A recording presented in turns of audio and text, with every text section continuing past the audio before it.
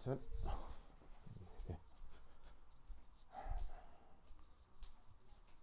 하나, 둘, 셋. 자, 소리 잘 들려요? 하나, 둘, 셋, 넷.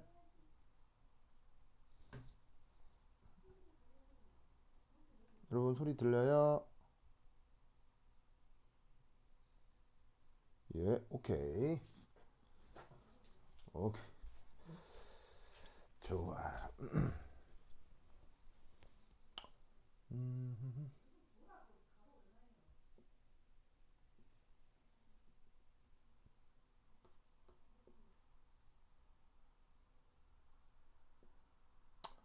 하나, 둘, 셋.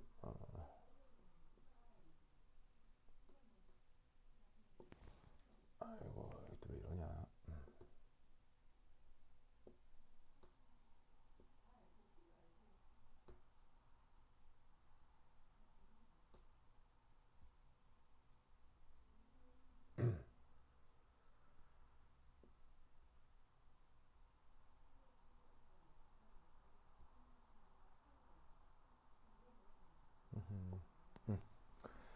좋아.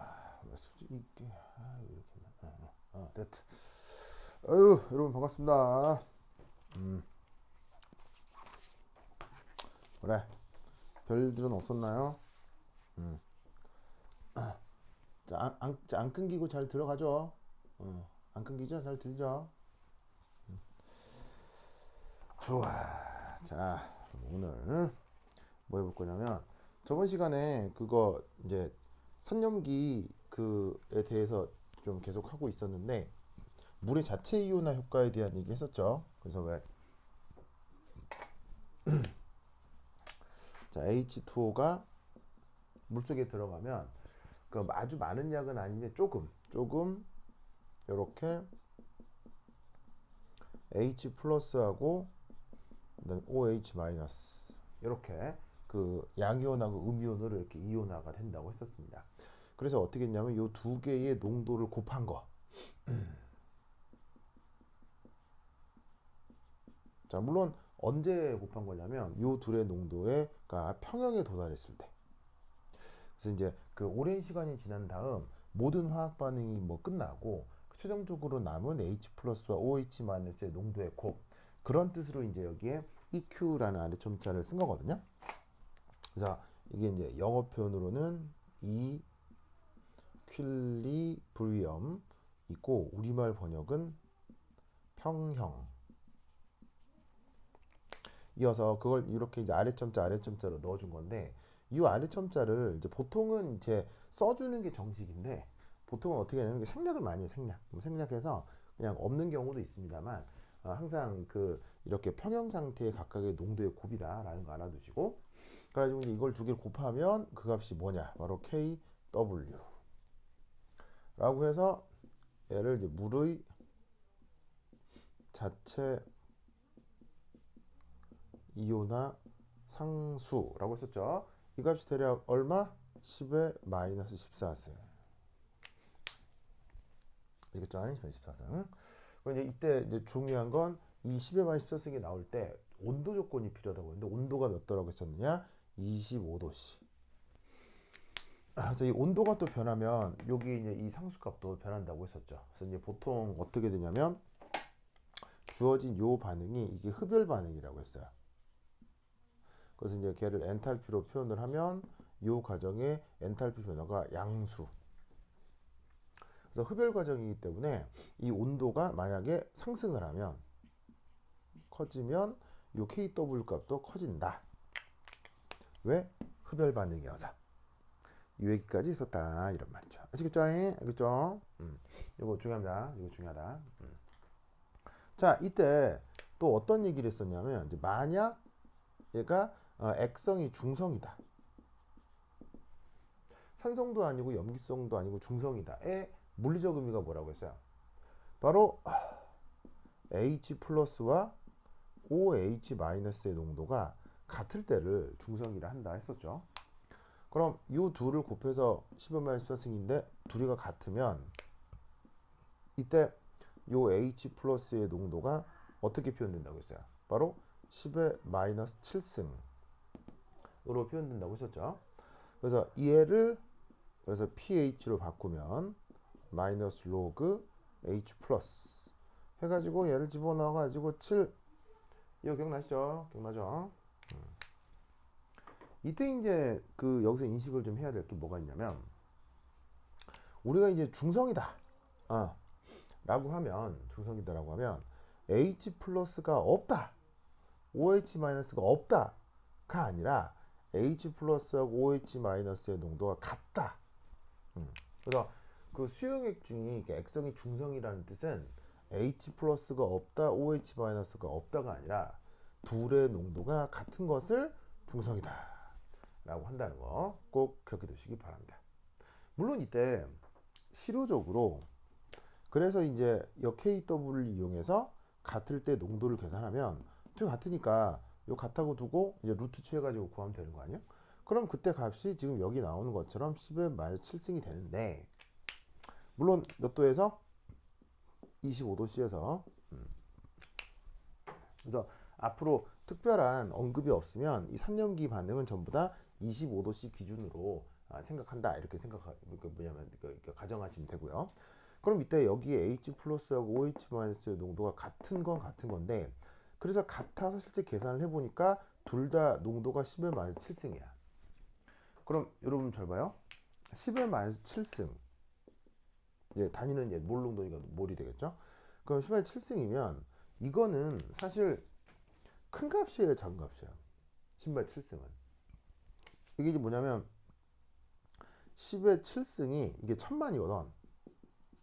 1000만. 그러면 거기에 마이너스가 붙은 거니까 1000만분의 1몰 농도야. 그럼 사실 얘는 큰 농도다 작은 농도다? 사실 매우 이제 극소량인 거죠. 매우 저농도인 거죠. 그래서 중성인 상태에서 H 플러스가 OH 마이너스랑 같다 라는 것이지만 사실 실효적으로는 중성에서 H 플러스도 OH 마이너스도 그 농도가 극도로 작은 거다. 극도로 작은 거다. 아시겠죠? 아주 작은 거다 라는 것을 꼭 기억해 두시기 바랍니다. 알겠죠? 알겠죠? 그러면 이게 이제 어떤 의미냐면 이런 의미예요. 이게 약간 헷갈릴 수 있는데 아이고 이게 교과 과정상 이 상염기라고 하는 게 화학 1에서도 나오고 화학 2에서도 나와요. 그런데 이 화학 2는 이제 그 상염기를 배우기에 앞서 화학 평형상수 이거를 배웁니다. 그런데 화학 1은 화학 평형상수를 안 배워요. 이게 되게 이제 교과 과정이 이상한데 화학 1은 그래서 화학 평형상수를 안 배워요. 그럼 이게 여러분들이 문제를 푸는 거하고 무슨 관계냐? 이거예요. 화학 2에서 예를 들면 산염기의 중성이라고 하는 것은 바로 H 플러스 농도가 10의 마이너스 7승몰인 걸 뜻하는 거 아니에요. 그런데 화학 1에서는 중성에서의 H 플러스 농도가 없는 거예요. 이거 차이 알겠어요? 그러니까 사실은 10의 마이너스 7승몰이라고 하면 사실은 그만큼 H 플러스의 농도가 있는 건 있는 건데 10의 마이너스 7승은 아까 봤듯이 굉장히 작은 값이잖아. 1에 비해서 훨씬 더 작은 값이잖아요. 그러니까 이게 크답니다. 이게 반대로 써야지.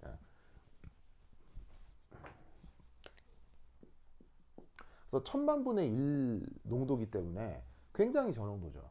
굉장히 저농도여서 이거를 화학 평형상수를 배우지 않는 화학원, 그러니까 예를 들면 이 KW 있잖아요. 여러분 학교가 이제 과학고니까 그 화학원과 관련된 산염기를 해도 화학 그 교과서에 KW가 나오는 거지. 여러분 일반계 고등학교 가서 화학 1을 배우시면요. KW 전혀 다루지 않습니다. 왜냐하면 수능에 화학 1의 KW가 나오질 않기 때문에 그래요. 그래서 어떻게 했냐면 화학 1에서는 사실 중성일 때 pH가 7이다 이런 말도 하지를 않아요. 알겠죠?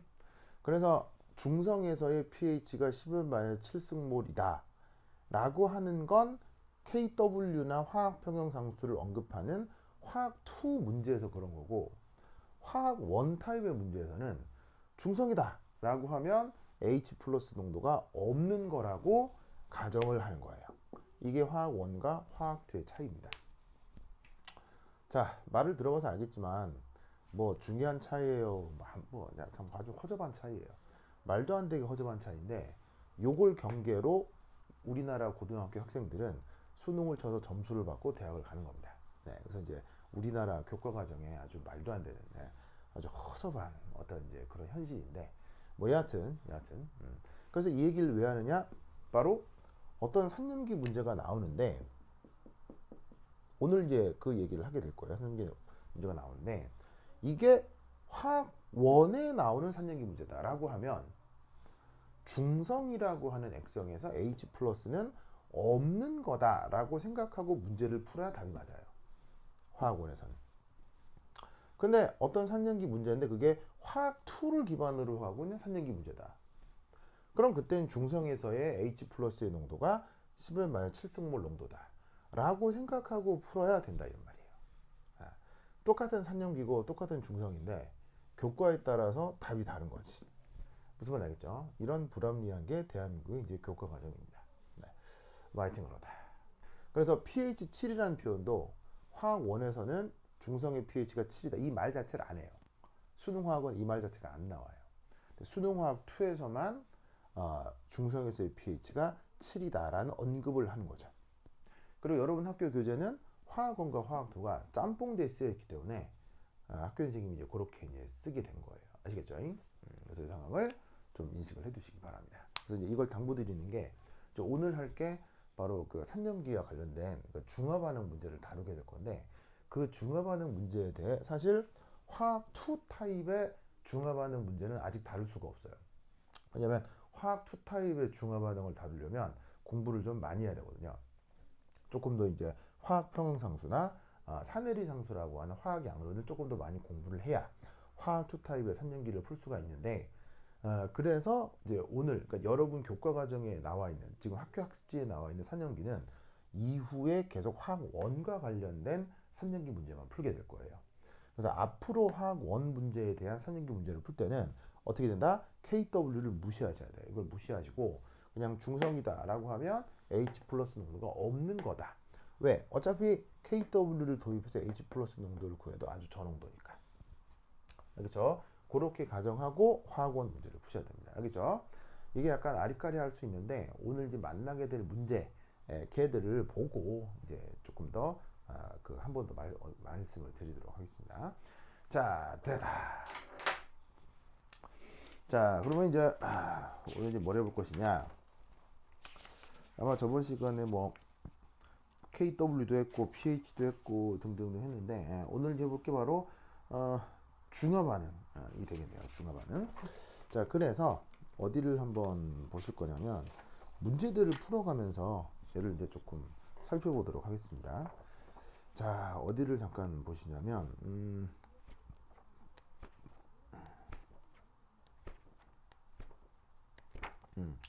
자, 제가 나눠드린 교재에 요 교재에 몇 페이지를 보시냐면 170페이지를 좀 보도록 하겠습니다. 요 교재에 8챕터에 산염기 적정이라고 하는 부분이 있거든요. 그 부분을 좀 살펴볼게요. 산염기 적정. 자, 보세요.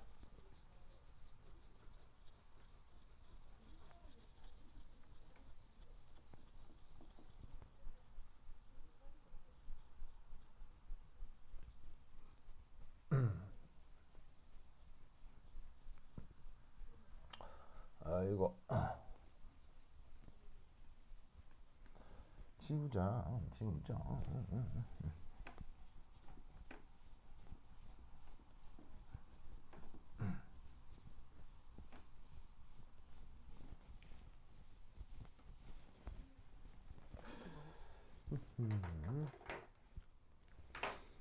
자, 내 교재로는 3년기가 15장이거든요. 그래서 이제 애시드, 베이스, 케미스트리. 자, 그래서 교재를 좀 넘기시면 뒤쪽 부분에 이런 말이 있을 거예요. 8 해서 산, 염기, 적정. 이런 부분이 있을 겁니다. 자, 찾았어요? 산염기, 적정? 자, 여러분 여기까지 잘 들리죠? 안 끊기고 잘 들어갔죠, 소리?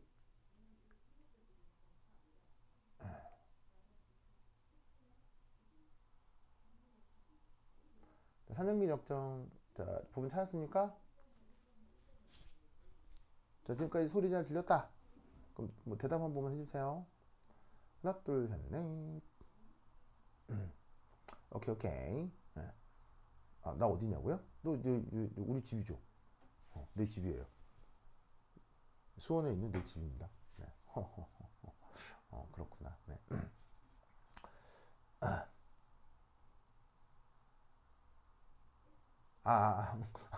책이요?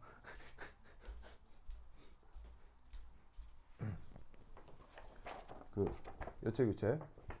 내가 쓰는 교재 저번 주부터 계속 쓰고 있는 거. 네, 그래서 그 뭐냐면 오늘 PDF로도 올렸거든요. 여기에 보시면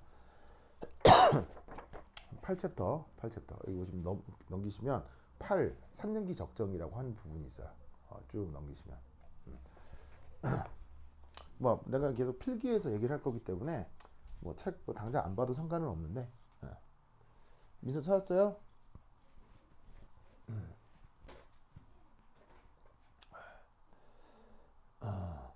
찾았어요?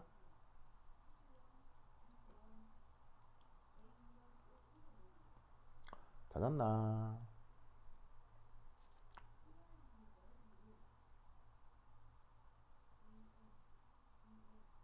호호호호. 그래. 자, 봅시다. 자, 여기에 우선 첫 번째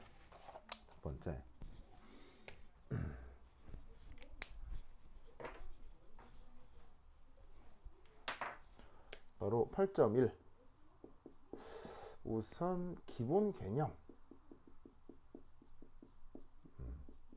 요걸 좀 한번 살펴보도록 하겠습니다. 자, 우선 첫 번째 1 여기에 적정 이라는 말에 대해서 좀 얘기를 해볼게요. 그래서 여기 있는 이제 요 말인데 이 적정이라고 하는 건 그 원래 영어 표현으로는 타이트런트라고 해요. 타이트런트라는 말을 우리말 번역이 적정 이렇게 쓴 건데, 자, 이 녀석은 뭐냐면 우선 첫 번째 1 자, 어떤 화학종의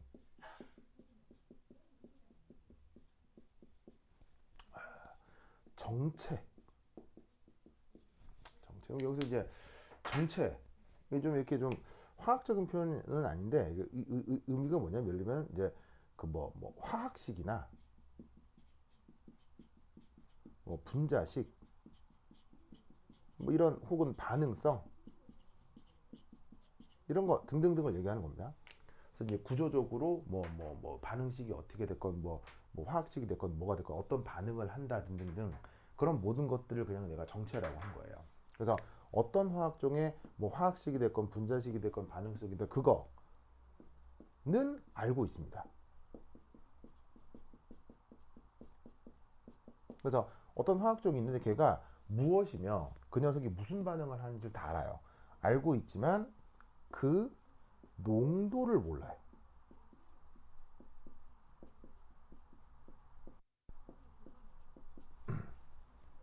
그러니까 이제 주어진 화합물이 뭐 어떤 물질이고 뭐 수용성의 물질인지 기체성의 물질. 그러니까 지금 여 앞에 있는 이 산염기라는 말은 굳이 그렇게 중요한 게 아닌 거예요. 그래서 적정이라는 개념이 있는데 그 적정이라는 개념 중 산염기를 이용한 적정이 있을 뿐인 거고 우선은 적정이라는 말을 이제 먼저 설명을 하겠다 이런 말입니다. 그래서 우선 적정은 어떤 화학종이 있는데 그 녀석이 뭐 산염기 반응을 하건 뭐 다른 반응을 하고 뭐가 됐건 걔가 뭔지는 알고 있는 거예요. 그래서 뭐 분자식도 알고 화학식도 알고 분자량도 알고 반응성도 알고 뭐 모든 걸 다 알아요. 모든 걸 다 아는데 딱 하나만 모르는 거야. 다 알고 딱 하나만 몰라. 그 딱 하나만 모르는 게 바로 그 녀석의 농도야. 농도만 모르는 거야. 농도. 양적인 관계만 모른다는 거지. 그래서 그 농도를 모를 때 이 농도를 알기 위해서 실험을 할 거 아니야?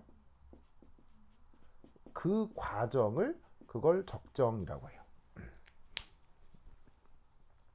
아시겠죠? 그래서 어떤 대상이 있는데 그 녀석이 모든 것을 아는데 딱 하나만 몰라. 뭐 농도만 몰라. 근데 그걸 알아야 되겠어. 그럼 알려고 뭐 애를 쓸 거 아니야? 그 애를 쓰는 고도 실험적인 그 모든 것. 그걸 적정이라고 한다.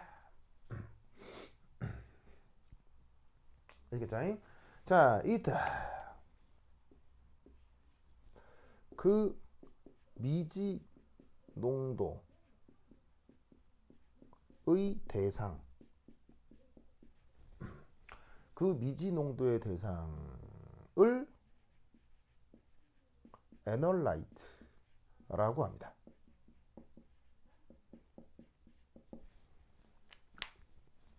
근데 애널라이트라는 말이 이게 뭐라고 해야 될까? 이게 번역이 없어요. 번역이 딱히 없어가지고 그냥 굳이 얘기하자면 적정의 대상이다. 대상이다. 뭐 이렇게 이제 뭐 번역을 굳이 합시다. 그럼 어떻게 되냐면 지금 주어진 그 애널라이트와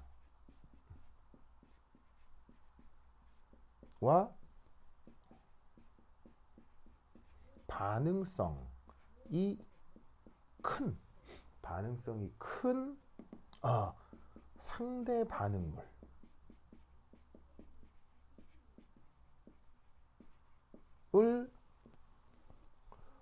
찾아서 정합니다.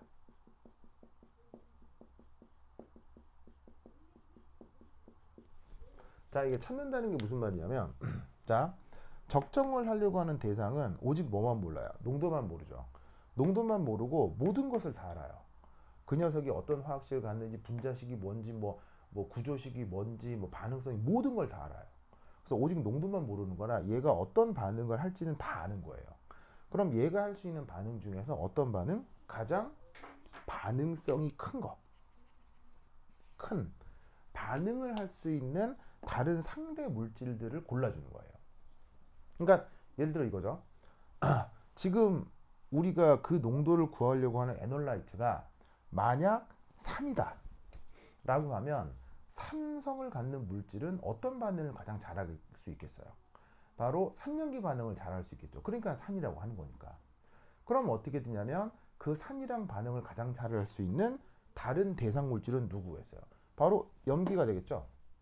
그러니까 만약에 지금 내가 그 정체는 알지만 농도를 모르는 애널라이트가 만약에 산이다 라고 하면 그 상대 반응물은 염기가 되는 거예요.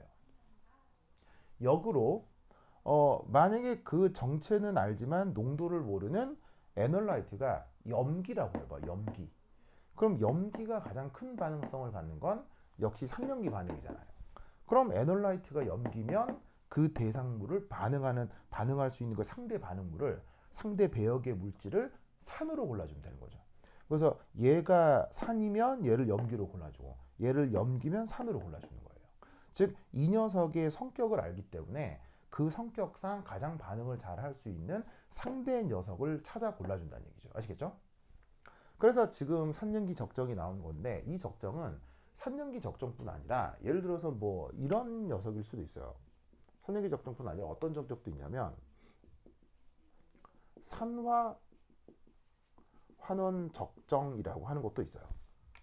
자, 이건 뭐냐면 만약에 어떤 애널라이트가 있는데 그 애널라이트의 성격을 조사했더니 그 녀석이 만약에 산화제였다라고 치면 산화제 같은 경우는 무슨 반응을 잘하느냐? 산화환원 반응을 잘해요. 그러면 그 상대 반응물을 뭘로 골라준다? 환원제로 골라주는 거예요. 그 다음 그 적정 대상, 농도를 모르는 적정 대상의 정체를 살펴봤더니 이 녀석의 정체가 환원제다.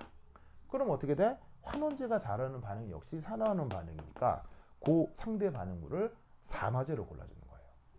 무슨 뜻인지 아시겠죠? 그래서 이 적정을 하려면 뭐가 나타나야 돼? 반드시 그 녀석의 모든 정보를 알고 오직 농도만 몰라야 돼. 그러면 그 녀석의 반응성까지를 다 알고 있으니까 그 녀석이랑 반응을 잘할 수 있는 상대 배역의 물질을 골라줘야 된다 이런 말이에요. 자, 여기까지 이해했죠? 여기까지 이해했죠? 자, 여기까지 이해했다 손. 자, 여기까지 이해했다 손.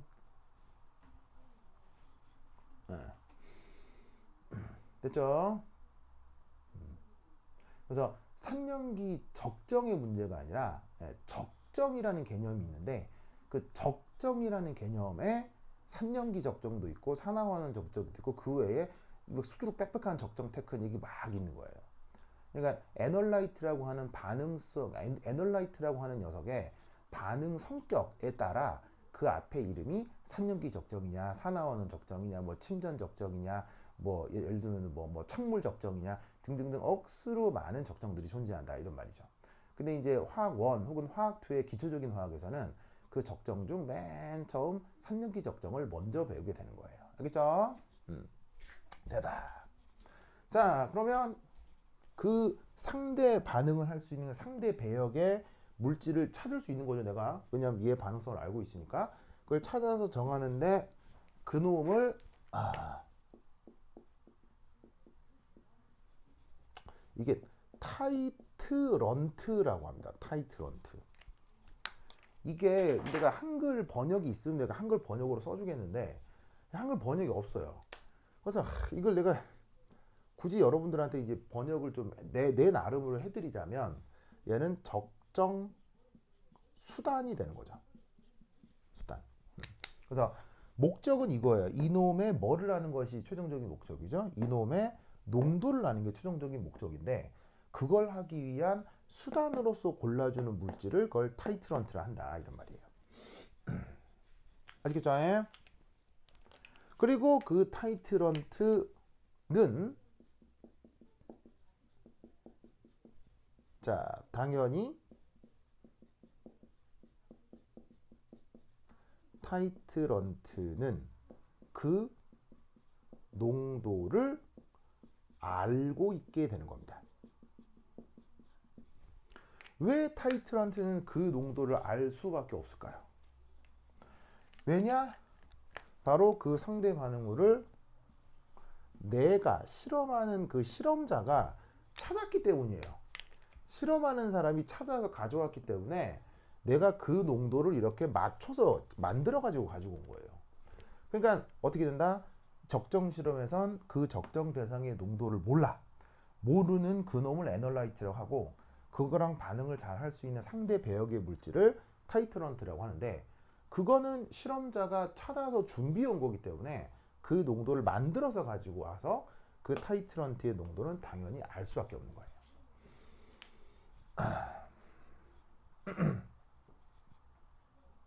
무슨 뜻인지 알겠죠? 알겠죠? 논리를 꼭꼭 기억해 주시기 바랍니다. 오케이, 됐다. 그래서 이 적정이라고 하는 이 개념과 관련해서 이런 일이 벌어진다 라는 것을 꼭꼭 기억해 두시기 바랍니다. 오케이, 됐다. 자, 그 다음 두 번째 두 번째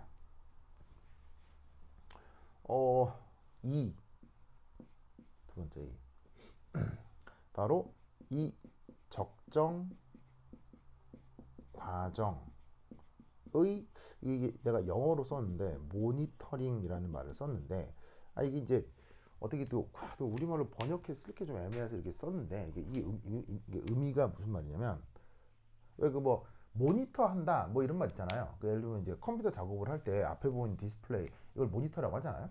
그 모니터를 보면 지금 상황이 어떻게 돌아가는지 잘 알 수 있잖아요. 그래서 모니터링이라고 해서 동사형으로 쓰면 어떻게 진행되는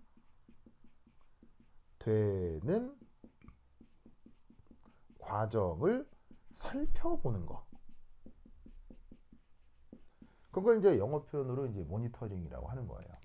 자, 그러면 적정 과정이라고 하는 게 뭘까요? 결국 누구하고 누구를 반응을 시킬 수밖에 없겠어요? 지금 농도를 모르는 애널라이트와 그거랑 반응을 잘하는 타이트런트를 골랐으니까 결국 어떻게 되겠어요? 이놈하고 이놈을 반응을 시킬 거 아니에요. 그럼 이놈하고 이놈을 반응을 시켜서 점점점 반응이 진행이 되겠죠? 그 반응이 쭉 돼가는 그 과정을 한번 살펴보자 이런 말이에요. 무슨 뜻인지 아시겠죠? 살펴보자. 자, 그러면 항상 이 적정 반응이라고 하는 것의 테크닉,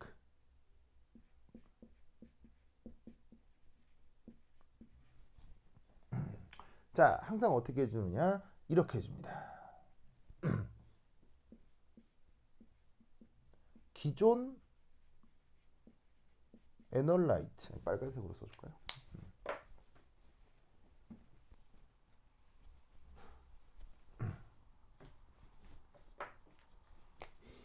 기존 애널라이트가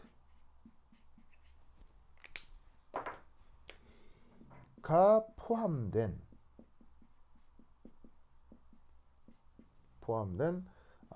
용액에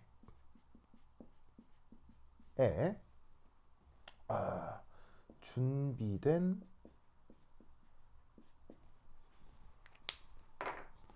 타이트런트를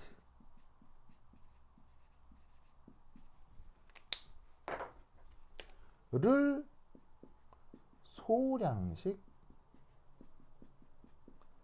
계속 집어넣는 것입니다. 이게 적정 과정의 가장 중요한 테크닉입니다.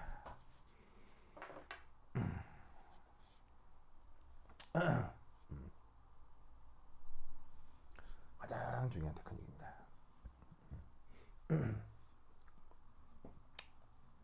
자, 적정이 여러 가지가 있다고 했죠. 산연기 적정도 있고 산화원 적정도 있고 뭐 당장 배우지 않을 침전 적정도 있고 뭐 차기온 형성 적정도 있고 뭐 적정의 종류는 뭐 수십 가지가 엄청 많거든요. 그 모든 적정 과정에 그 뭐냐면 동일하게 적용되는 실험 테크닉이 바로 이거예요. 자, 이게 무슨 말이냐면 애널라이트는 그 농도를 모르죠. 자, 모르지만 어떻게 이런 식으로 이 뭐냐면은 모르지만은 이 수용액 중에 하여튼 이렇게 있을 거 아니에요. 그릇이 있을 거고 그 안에 그 뭐냐면 애널라이트가 있겠지. 얼마나 있는지 모르는 게 문제일 뿐인 거지. 하여튼 있잖아 여기. 그럼 있는데 지금 여기 이렇게 있는데 아이고 얘가 농도가 어떻게 될까? 이거 알자 이렇게 하는 거 아니야. 그럼 잘 봐. 어쨌든 있지. 여기에 이제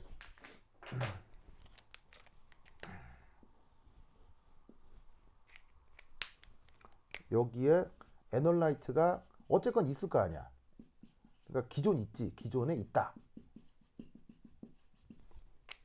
근데 이게 또 이제 이게 용매 속에 혹은 이제 우리가 지금 하려고 하는 산염기면 수용액이니까 수용액 중에 잘 녹아있기 때문에 이렇게 보이지도 않아요. 그러니까 여러분들 설명하려고 내가 이렇게 지금 그려놓은 것 뿐이지 하여튼 이게 녹아있는데 보이지도 않아.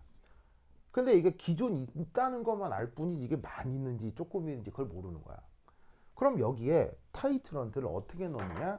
이게 가장 핵심인데 타이트런트를 넣을 때는 반드시 조금씩 넣어야 돼.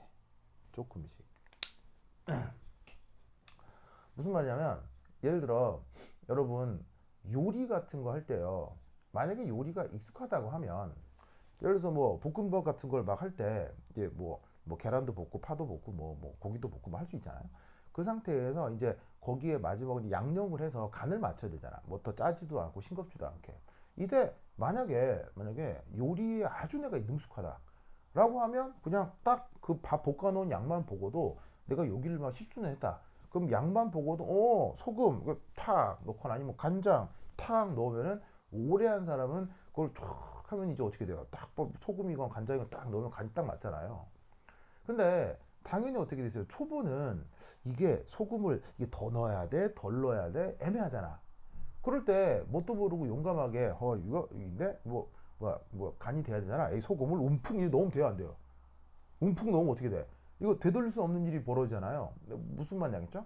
그러니까 당연히 초보일 때는 요리를 할 때 어떻게 할 수밖에 없어요. 소금을 넣건 간장을 넣건 내가 간 맞춘 것에 자신이 없다면 조금 넣고 이렇게 해가지고 맛을 좀 보고 좀 모자라. 또 조금 넣고 다 먹어서 좀 별로야. 해가지고 조금 더 조금 해가지고 내가 맛을 봤을 때 그 최적인 순간까지 딱 도달하게 되는 거 아니야.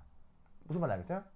그러니까 내가 진짜 완전 대단한 프로가 아니라면 간 맞출 때 소금이나 간장을 북 이렇게 넣으면 된다 안 된다? 안 된다 이런 말이에요. 무슨 말인지 알겠죠?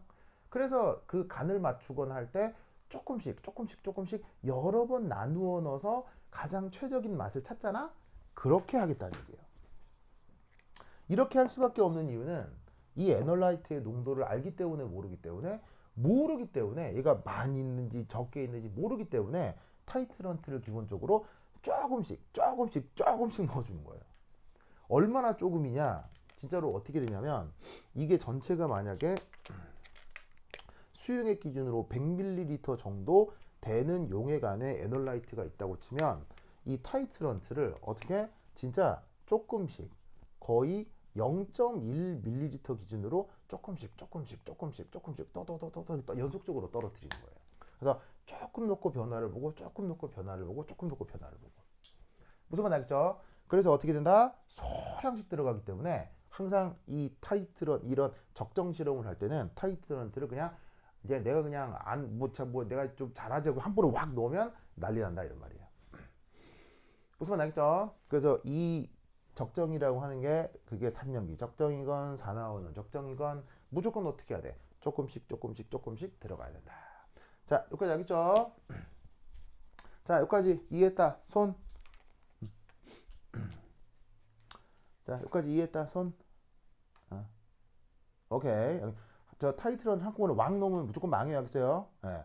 볶음밥에 소금 왕창 넣으면 막 짜서 못 먹게 되죠. 그런 일이 벌어져. 예. 그래서 항상 적정을 할 때는 타이트런트를 소량씩 그리고 소량씩 찌끔찌끔 계속 넣어주는 거야. 계속. 자, 그러면 어떤 일이 벌어지느냐? 이런 일이 벌어진다. 자, 여기 줄게요. 이 그림ችን 나이 준다.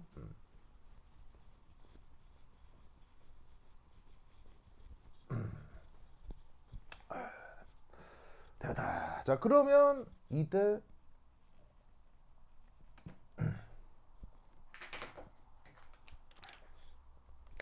이제 1이라고 합시다. 그러면 2. 그럼 어떻게 되느냐? 요 타이트런트가 첨가되는 초반부는 자, 모든 적정에서 그래요. 모든 적정에서 타이트런트가 첨가되는 초반부는 바로 타이트런트가 항상 한계 반응물이 됩니다.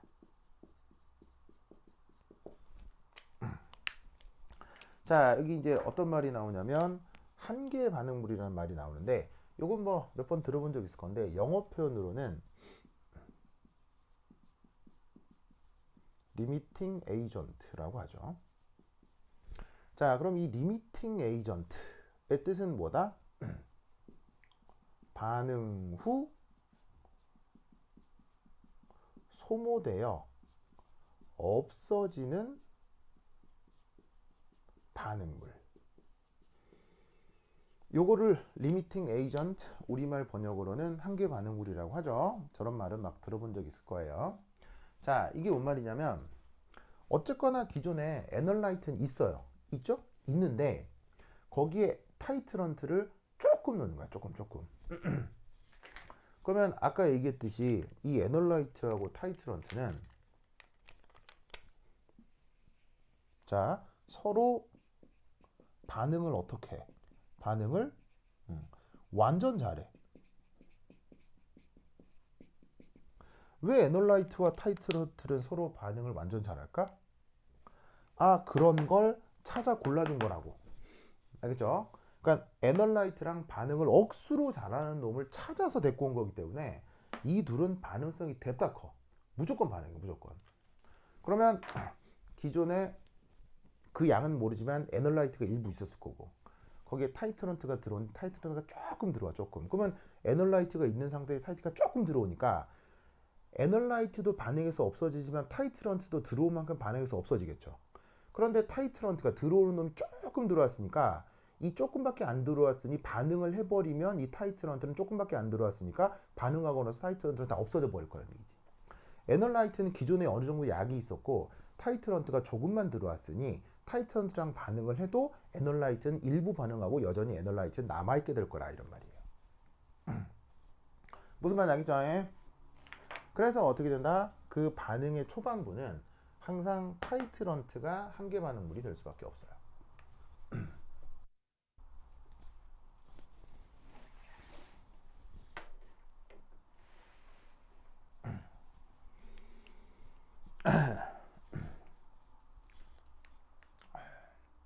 자, 이 말씀 아시겠죠? 알겠죠?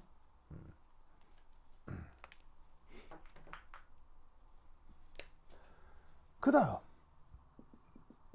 그런데 항상 상황은 유지되어 항상 상황은 바뀌어요. 이상의 영원한 건 없습니다. 뭐 약간의 뭐 시간 간격 동안 지속되는 게 대부분이지 그것이 영원 불멸한 건 세상에 존재하지 않습니다. 자, 무슨 말이냐? 세 번째, 그런데 후반부에는 그 적정이 산염기 적정이건 산화원은 적정이건 무슨 적정이건 간에 후반부에는 무조건 에널라이트가 한계 반응물이 되죠.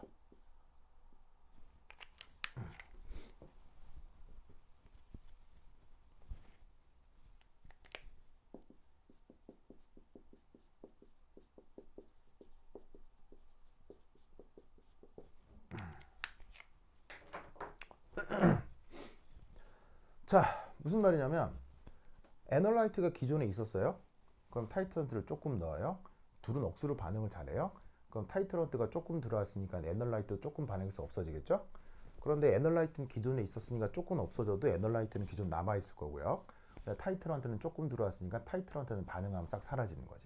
그러니까 초반에는 타이트런트가 뭐다? 한계 반응물일 수밖에 없는데 이 타이트런트는 조금씩 들어오지만 조금씩 어떻게 들어와요? 조금씩 계속 들어오는 거예요.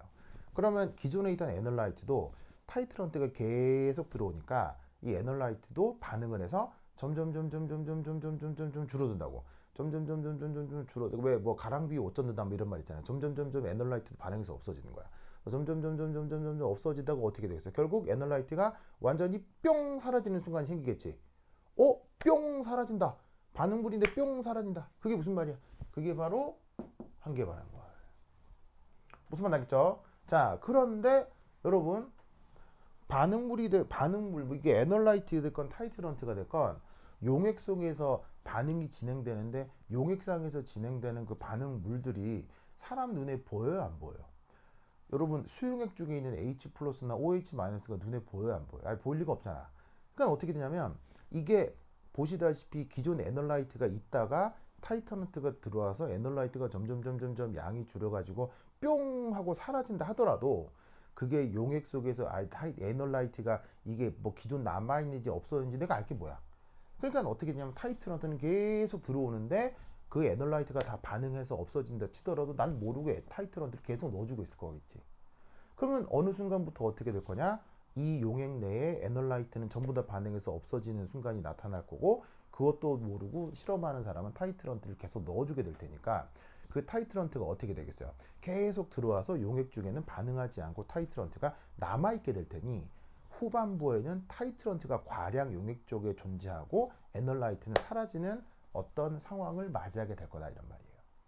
무슨 말 알겠죠? 그래서 이 적정이라고 하는 테크닉에서는 항상 자 에널라이트가 기존 있고 거기에 타이트런트를 조금씩 계속 넣는 것으로 반응 진행이 되는 거기 때문에 초반에는 무조건 타이트런트가 한계 반응물이 되고 후반에는 에널라이트가 무조건 한계 반응물이 되는 거야. 이것을 외워야 돼. 이게 인간이 개발해 놓은 모든 적정에서 항상 나타나는 현상이에요. 무슨 말 알겠죠? 알겠죠? 네, 이 상황을 꼭꼭 기억해 두셔야 됩니다. 알겠죠? 자, 여기까지 이해했다. 손. 자, 이 상황 이해했다. 손. 자, 여기까지 안 어렵죠? 자, 여기까지 이해했다. 손. 아, 그렇지. 그렇지. 그렇지. 좋아, 좋아. 좋았어. 잘했어, 잘했어.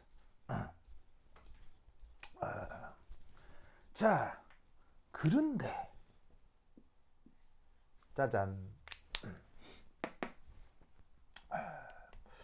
여기서 이제 우리가 어떤 생각을 하나 해볼 수가 있냐면 바로 요 테크닉상 자 1의 2와 3 사이에 3 사이에 애널라이트, 타이트런트 모두 한계 반응물이 되는 순간이 나타날 거란 얘기죠.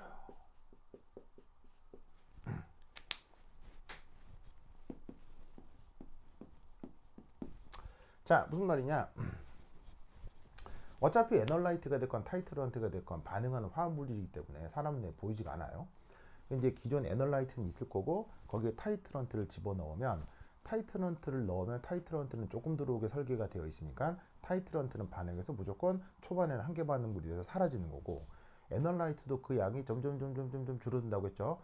근데 점점 줄어들다 그 애널라이트가 드디어 딱 하고 없어지는 순간이 있을 거야. 딱 그 순간.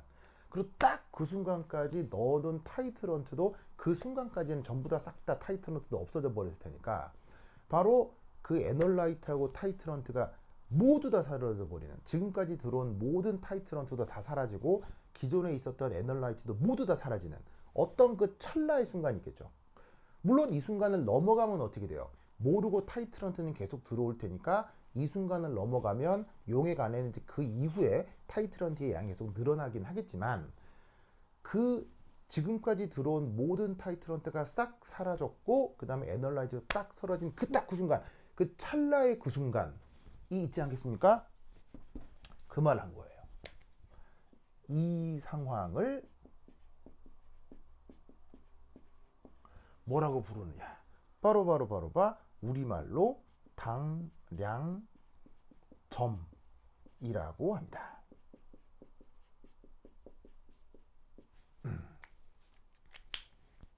자, 영어 표현으로는 뭐라고 부르냐면 이퀴밸런스 포인트라고 해요. 이퀴밸런스 포인트라고 합니다.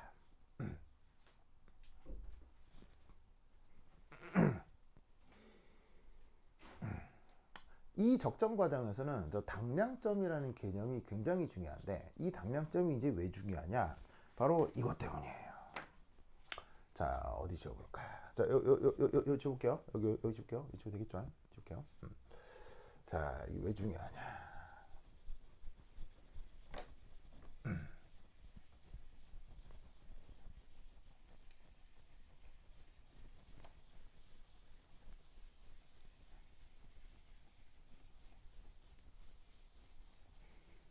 이거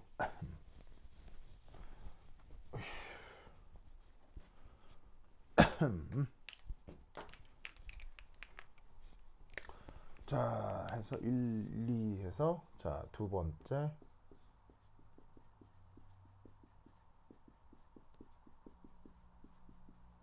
모니터링 해서 자, 1 했죠, 2 했죠, 그 다음 3. 이 적정 과정에서는 지금 언급하려고 하는 이 이퀴밸런스 포인트, 우리말로 당량점이라고 하는 게 이게 아주 중요하고 이게 핵심인데 왜냐? 바로 이렇게 된다. 당량점의 도달하기 전후.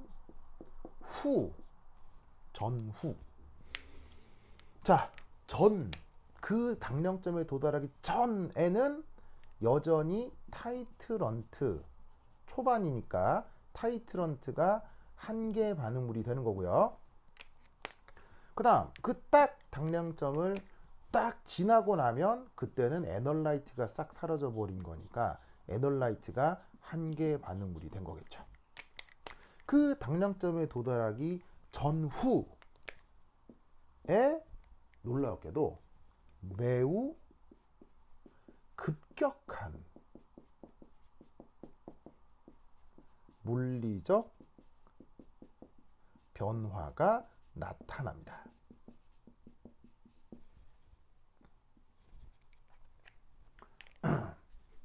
경험적으로요. 아주 큰 물리적 변화가 나타납니다. 이 아주 큰 물리적 변화, 이거에 어떤 예들이 있냐면 가장 흔하게 볼 수 있는 거, 오늘도 뭐 조금 이따 설명을 할 건데 갑자기 색깔이 변한다거나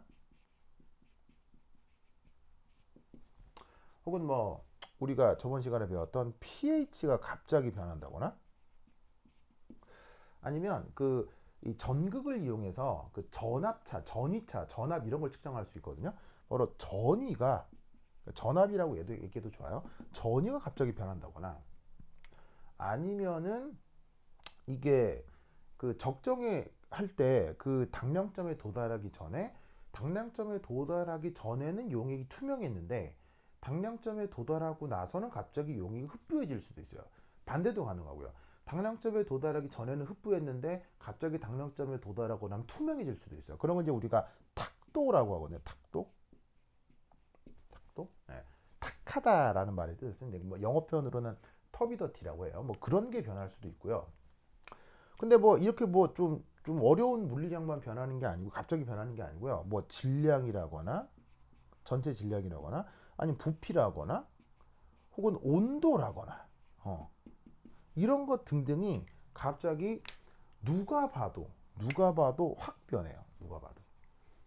그러니까 이런 것들 중에서 하나가 뭐 하나뿐 아니라 여러 가지가 확 변해요. 그래서 누가 봐도 뭐가 이상하게 확 변하는데 이게 눈에 탁 뜨인다고.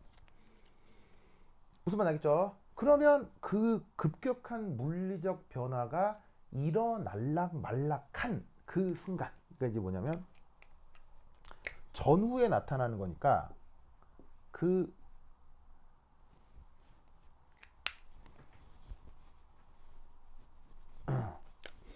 급격한 글자가 안 써져.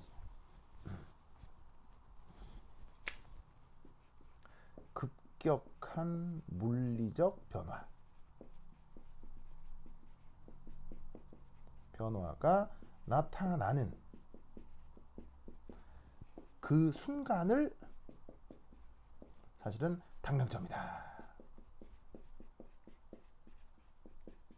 라고 생각해도 된다 이런 말이에요.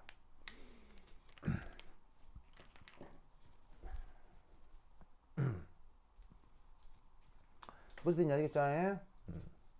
그래서 여러분 내가 혹시 뭐 이 얘기 해줬나? 자 여기 지워 되겠어요? 여기 지워 되겠어요? 지운다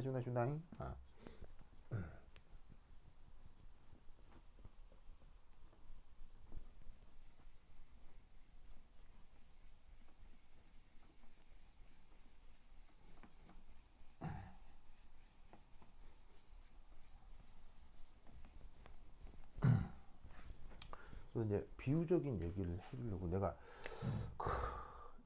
옛날에 1980 한 몇 년도 내가 내 기준으로 1988년에 내가 초등학교 6학년이었거든요.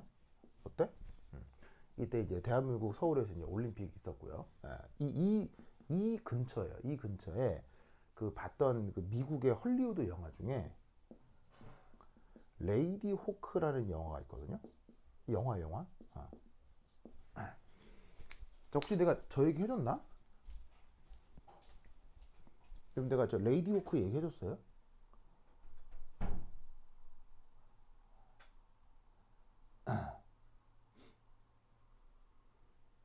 여러분 내가 저 레이디 호크라는 영화 얘기해줬어요? 안 했어요? 그렇지, 그렇지. 그러면 이게 영화가 이제 어떻게 되냐면 그냥 요즘은 웬만한 헐리우드 영화보다 한국 영화가 훨 재밌죠. 예, 정말로. 예. 그래서 뭐 집에 초등학생인 가은이마저도 그 외국 영화보다 한국 영화가 훨씬 더 재밌다고. 그 가족끼리 다 모여서 막 TV로 영화 볼 때 있잖아요. 뭐 초등학생인 가은이도 아유 뭐 미국 영화 별 재미없고 한국 영화도 재미. 요즘은 뭐 사실 그렇게 느끼는 사람들 많을 거예요. 많을 거예요. 근데 이 80년대만 하더라도 이제 우리나라의 이제 뭐 이제 문화 상품 혹은 뭐 영화 뭐 드라마 이런 제작 환경이 지금과는 많이 달랐을 수 있죠. 그러다 보니까 이때는 우리나라 영화는 사실은 뭐라고 할까요? 예, 뭐 더 심각한 얘기는 할 수는 없지만 하여튼 미국에서 수입된 영화다라고 하면 그냥 그 내용이 뭐가 됐건 간에 사람들이 가서 무조건 영화 흥이 됐어요, 정말로. 예. 사실 이제 지금 기준으로 보면 그냥 별것도 아닌 그냥 뭐 아무것도 아닌 그냥 이게 뭐 허접까지는 아니어도 그냥 뭐 그냥 시간 때우기용 영화예요. 예. 근데 뭐 대단한 영화는 아닌데 이 영화가 이제 내용이 이제 우리가 좀 생각해 볼 부분이 있어서 말씀드리는 건데 이 배경은 그 중세 유럽이에요. 유럽. 그러니까 이제 뭐냐면 왜 기사 나이트 나오고 뭐 이게 막 무슨 공주님 나오고 예, 그리고 둘이 사랑하고 뭐 그런 내용이에요. 그러니까 미국 헐리우드 영화인데 그러니까 중세 유럽이 배경인 뭐 그거예요. 예. 뭐 어떤 나라인지도 뭐 잘 나오진 않아. 뭐 하여튼 그래가지고 이제 이렇게 막 이렇게 하여튼 뭐 기사 있고 공주님 있으니까 이렇게 이게 성이 있을 거 아니야? 성에 기사님, 공주님 있고 왕도 있고 이제 공주님 있고 막 이렇게 공주님 있고 그 기사 있고 이렇게. 예. 근데 기사가 당연히 그 주인공이니까 그 싸움 잘하겠어, 싸움 못하겠어요. 여기 이제 이 사람이 이제 싸움으로는 원탑이겠지 뭐. 영화잖아, 영화. 그리고 이제 영화니까 이 공주님 예쁘겠어 안 예쁘겠어요? 영화니까 이때만 하더라도 슈렉 공주 그런 건 나올 때가 아니에요, 알겠죠? 슈렉 공주가 2000년대 초반에 나온 거니까 그런 공주 아니고 아주 예뻐. 영화잖아, 예뻐. 모든 공주가 예쁠까? 절대 그렇진 않아. 공주님 중에 아니신 분들 되게 많아요. 어쨌건 그래서 왕인데 공주인데 예쁘시고요, 기사님인데 싸움 엄청 잘해. 그리고 이제 둘이 사랑해. 뭐 너무 너무 이제 상투적인 구조죠. 근데 이때 이 왕 밑에 이제 누가 있었느냐? 위저드가 있어. 위저드. 위저드 뭐야? 위저드. 우리말로 마법사. 마법사. 자, 한국 사람들 마법사 좋아해 싫어해? 한국 사람들은 마법사 되게 싫어하죠. 왜? 세상에 이런 건 없잖아요. 그래서 한국 사람들은 이렇게 이제 속임수 이런 거 싫어하기 때문에 한국 사람들 이런 거 싫어하는데 유럽 사람들이나 뭐 미국 사람들은 이런 거 되게 좋아해. 그래서 하여튼 왕 밑에 어떤 마법사가 있었는데 얘가 이제 어떤 정치적인 어떤 위치가 있었겠지. 근데 이제 얘가 이제 무슨 계획이 있었냐면 어디까지나 영화예요, 영화. 무슨 계획이 있었냐면 얘가 쿠데타를 일으켜야 됐어. 쿠데타. 그래서 어떻게 쿠데타를 일으켜 갖고 이 위저드가 이 왕을 죽이고 내가 왕이 돼야 되겠다. 자, 얘기 되게 빤하죠. 이때 이 영화가 또 매우 상투적으로 흘러가고 싶다. 그럼 이 위저드는 공주를 어떻게 해야 되겠어? 뻔하잖아. 이게 뻔한 얘기잖아. 얘가 쿠데타를 이용해서 왕이 돼야 되는데 이 위저드는 또 공주님 어떻게? 공주님 하필 또 예뻐. 만약에 공주님 여기서 막 이게 좀 예를 들면 쉐토폭이다. 그러면 이제 영화가 성립 안 하겠지. 그런데 공주님 완전 예뻐. 그러면 이 위저드는 이 공주를 어떻게 해야 되겠어? 이렇게 좋아해야 된다고. 좋아해. 근데 공주는 누구랑 사랑해? 싸움 잘하는 기사랑 사랑해. 무슨 말 알겠죠? 그러면 이 위저드 입장에서는 이 기사가 어떻게 보이겠어? 완전 밉겠지. 미워. 그리고 이 기사는 어떻게 해? 싸움 잘해, 싸움 못해? 주인공인데 싸움 엄청 잘할 거 아니야. 그럼 싸움 잘하는 기사가 쿠데타를 일으킬 때는 이런 싸움 잘하는 기사가 어떻게 해? 굉장히 무서운 존재잖아, 싸움 잘하니까. 그럼 어떻게 돼서 쿠데타를 일으키기 전에 이 둘이 사랑하는 것도 짜증나 죽겠는데 이 기사 같은 경우도 없애줘야 쿠데타가 성공을 하겠지. 그래가지고 이 위저드가 요 둘이한테 마법을 걸어. 마법사니까 마법을 걸어. 헐리우드 영화야. 그럼 어떤 마법을 거느냐? 이렇게 걸어. 자, 어디까지? 영화예요. 영화.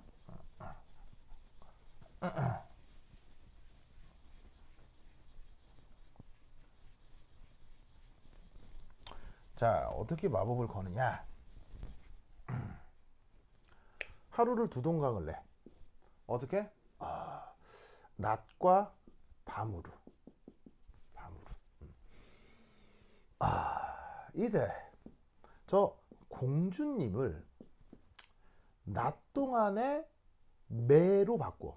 그 날아다니는 매 있잖아. 매. 그래서 제목이 숙녀인데, 그러니까 여잔데 매인 거야. 여자 매. 호크. 매 알죠? 매. 맹금류 매. 슉 날아가지고 토끼도 잡아먹고 쥐도 잡아먹고 하는 게. 그리고 그 공주가 밤에 사람이 되는 거야. 그리고 요 기사님은, 여기서 택시 기사 아니고 이게 나이트야, 나이트. 요분은 낮 동안에는 사람인데 밤 동안에는 늑대로 변해. 뭐 이리 뭐 이런 걸로 이렇게 이걸로 변해. 그래서 어떻게 하냐면 둘이가 사랑하는 게 되게 짜증났다고 했잖아. 그럼 여러분들 뭐 글쎄요, 주변에서 누가 연애하는 사람 있는지 모를 텐데, 그게 주변의 사람들 연애하는 거 보면 되게 눈꼴 시릴 때 있잖아요. 그런 거지. 그래서 그 눈꼴 시리는 걸 보고 싶지 않다 이거예요. 그래서 이 둘이가 막 서로 좋아 죽고 못 살아서 막 붙어 있는 게 싫다 이거지. 그래서 어떻게? 낮 동안에는 매와 사람으로, 밤 동안에는 사람과 늑대로 바꿔버리는 거야. 그럼 이 둘이는 서로 사람인 그 순간을 보기가 어렵겠지. 그래서 이 둘이의 사랑까지 방해를 하는 거야. 무슨 말씀 아시겠습니까? 알겠습니까? 그러면 잘 봐. 낮과 밤의 변화라는 건 불연속적이에요, 연속적이에요? 매우 연속적으로 변해요. 매우 연속적으로.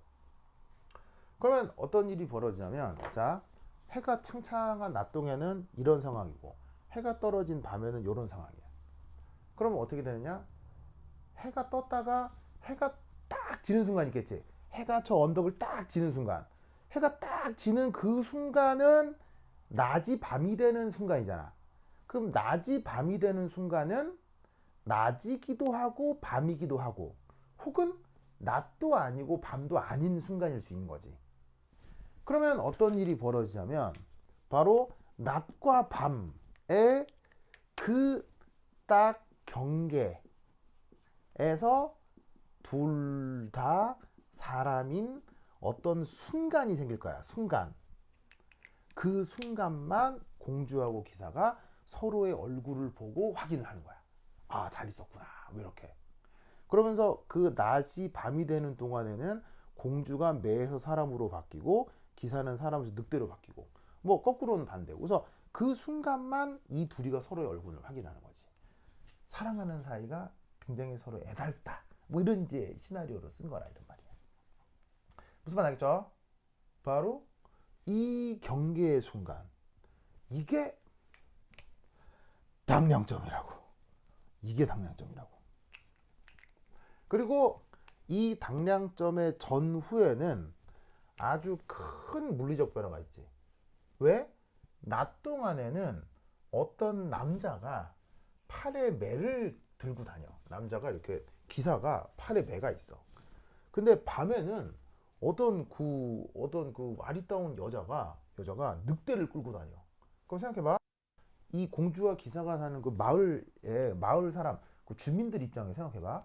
주민들은 낮 동안에는 어떤 남자가 이 매를 달고 다니는 걸 보고 있다가 밤 동안에는 어떤 여자가 늑대를 끌고 다니는 걸 봐. 그러면 낮과 밤에 사람들에게 보이는 이 현상은 매우 변화가 커, 매우 변화가 작아. 급격한 변화가 생기지.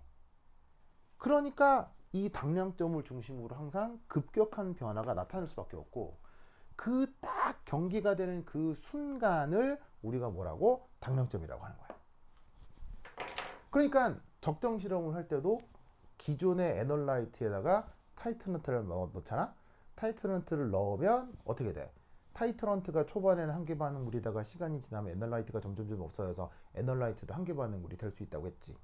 그러면 어떤 일이 벌어져? 그 당량의 전후에 딱 그 순간을 당량이라고 해. 그 당량의 전과 후에 이런 식의 큰 물리적 변화가 생기는데 이게 꼭 화학 실험만 그런 게 아니라 우리 일상생활에서도 이런 것들이 관찰될 수 있다는 거지.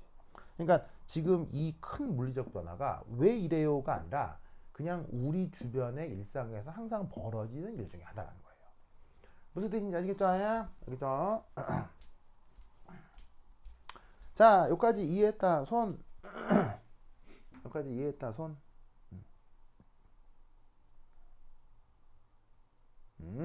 좋아. 알겠죠? 그래서 저 적정 반응의 테크닉상 초반에는 무조건 타이트런트가 한계 반응물, 후반에는 무조건 에널라이트가 한계 반응물 이라는 것을 반드시 명심하셔야 된다. 이런 말입니다. 뭔 말인지 아시겠죠? 알겠죠? 오케이, 되다. 완전 중요하다. 자, 그러면 한 10분 쉬었다 보도록 하겠습니다. 오케이, 되다. 화장실 갔다 오세요.